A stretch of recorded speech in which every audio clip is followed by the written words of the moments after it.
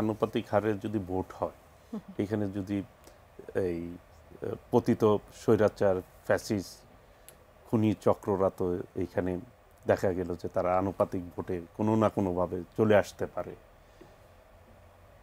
এই ব্যাপারে সকলের ঐক্যমত থাকা উচিত যে যারা ফ্যাসিস্ট, যারা গণহত্যা চালিয়েছে, তারা যাতে আগামীতে কোনোভাবেই সুযোগ তৈরি না হয় সেই ব্যাপারে কিন্তু এই পদ্ধতিতে আশঙ্কা থেকে যায়, যেটি আমাদের ভারপ্রাপ্ত চেয়ারম্যান দেশনায়ক তারেক রহমান বলেছেন।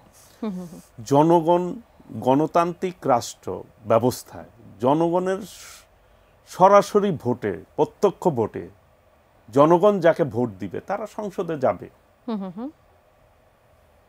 আমি রাজনীতি করি, আমার তো প্রচেষ্টা থাকতে হবে, আমি জনগণের মন জয় করার ক্ষেত্রে জনগণের সাথে আমি সম্পৃক্ত থেকে তাদের পাশে থাকব, সুখে দুঃখে থাকব।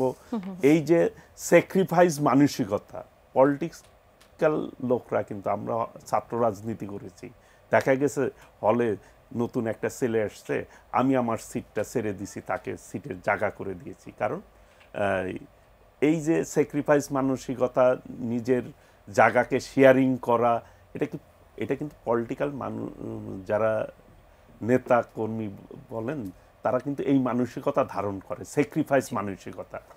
এখন আপনি সব মশার বিরুদ্ধে সুরক্ষা দিতে এলো বসুন্ধরা এক্সট্রিম অ্যারোসল, মশার বিরুদ্ধে এক্সট্রিম সুরক্ষা। এই যে আনুপাতিক হার বলছেন, যেটাতে আমরা অভ্যস্ত নই, এইটাই কি ভয়ের সবথেকে বড় কারণ? এইটার ভয়ের কারণ। আমি এখন আমার বাড়ি টাঙ্গাইল, আমি যা পারলাম দায়িত্ব পেলাম বরিশালে, তাদের কালচারের সাথে কিন্তু আমার কোনো মিলও নাই, তাদের সাথে আমার যোগাযোগও নাই পূর্বে।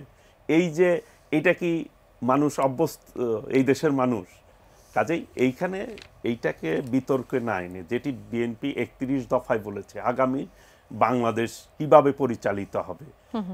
31 দফায় কিন্তু র্যাম্বো নেশনের কথা বলা হয়েছে, যে সবাইকে নিয়ে ইতিমধ্যে কিন্তু ঘোষণা দিয়েছেন আমাদের ভারপ্রাপ্ত চেয়ারম্যান দেশনায়ক তারেক রহমান, ঘোষণা দিয়েছেন যে আগামীতে বিএনপি যদি রাষ্ট্র পরিচালনার দায়িত্ব পায় জনগণের প্রত্যক্ষ ভোটে, তাহলে এই ফ্যাসিবাদ বিরোধী যারা আন্দোলন করেছে তাদেরকে নিয়েই জাতীয় সরকারের একটা কিন্তু ধারণা তিনি দিয়েছেন।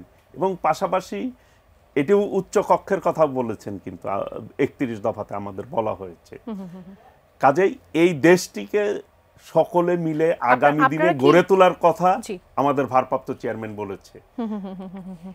এখন গণতান্ত্রিক প্রক্রিয়া যদি দীর্ঘ যেভাবে আগাচ্ছে, আশঙ্কার বিষয়টি এটি যে ধীর গতিতে আগাচ্ছে, নিম্নকক্ষ কোনোটাতেই মানে সংখ্যানুপাতিক বা পিয়ার পদ্ধতি আপাতত সেটাকে সাপোর্ট করছে না। উচ্চ কক্ষ হতে পারে, যে এই নিম্ন কক্ষের যে ভোটের ভিত্তিতে হতে পারে, যে আসন ভিত্তিতে হতে পারে।